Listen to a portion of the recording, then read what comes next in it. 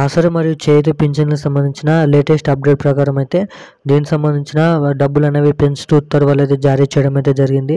So దీనికి సంబంధించిన ఎప్పటి నుంచి కొత్త పింఛన్లు అనేది 4,000 మరియు 6,000 8,000 ఎవరికైతే జమ కాబోతున్నాయో ముందుగా ఏ జిల్లాల వరకు అయితే పింఛని ఈ కొత్త పింఛన్లు అనేవి అందజేస్తారో ఎప్పటి నుంచి అందజేస్తారో సంక్రాంతి కానుకగానైతే చాలామంది అయితే అంటున్నారు.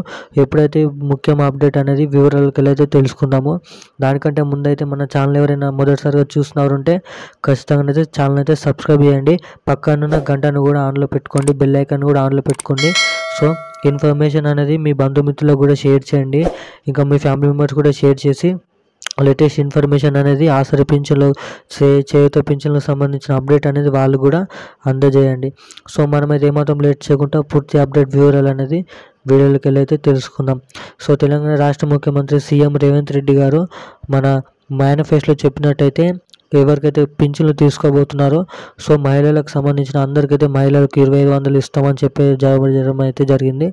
సో మళ్ళీ వారికి మరియు వికలాంగులకు మరియు 6,000 మరియు ఒంటరి మహిళలకు 4,000 రూపాయలు అనేవి పింఛన్లు పెంచుతూ ఉత్తర్వులు జారీ చేయడం అనేది జరిగింది. సో పెన్షన్లు అనేవి ఎప్పటి నుంచి ఇస్తారనేది చాలామంది అయితే క్వశ్చన్ మార్కులు పడ్డారు. వాళ్ళైతే చాలామంది ఆనందంలో ఉన్నారు.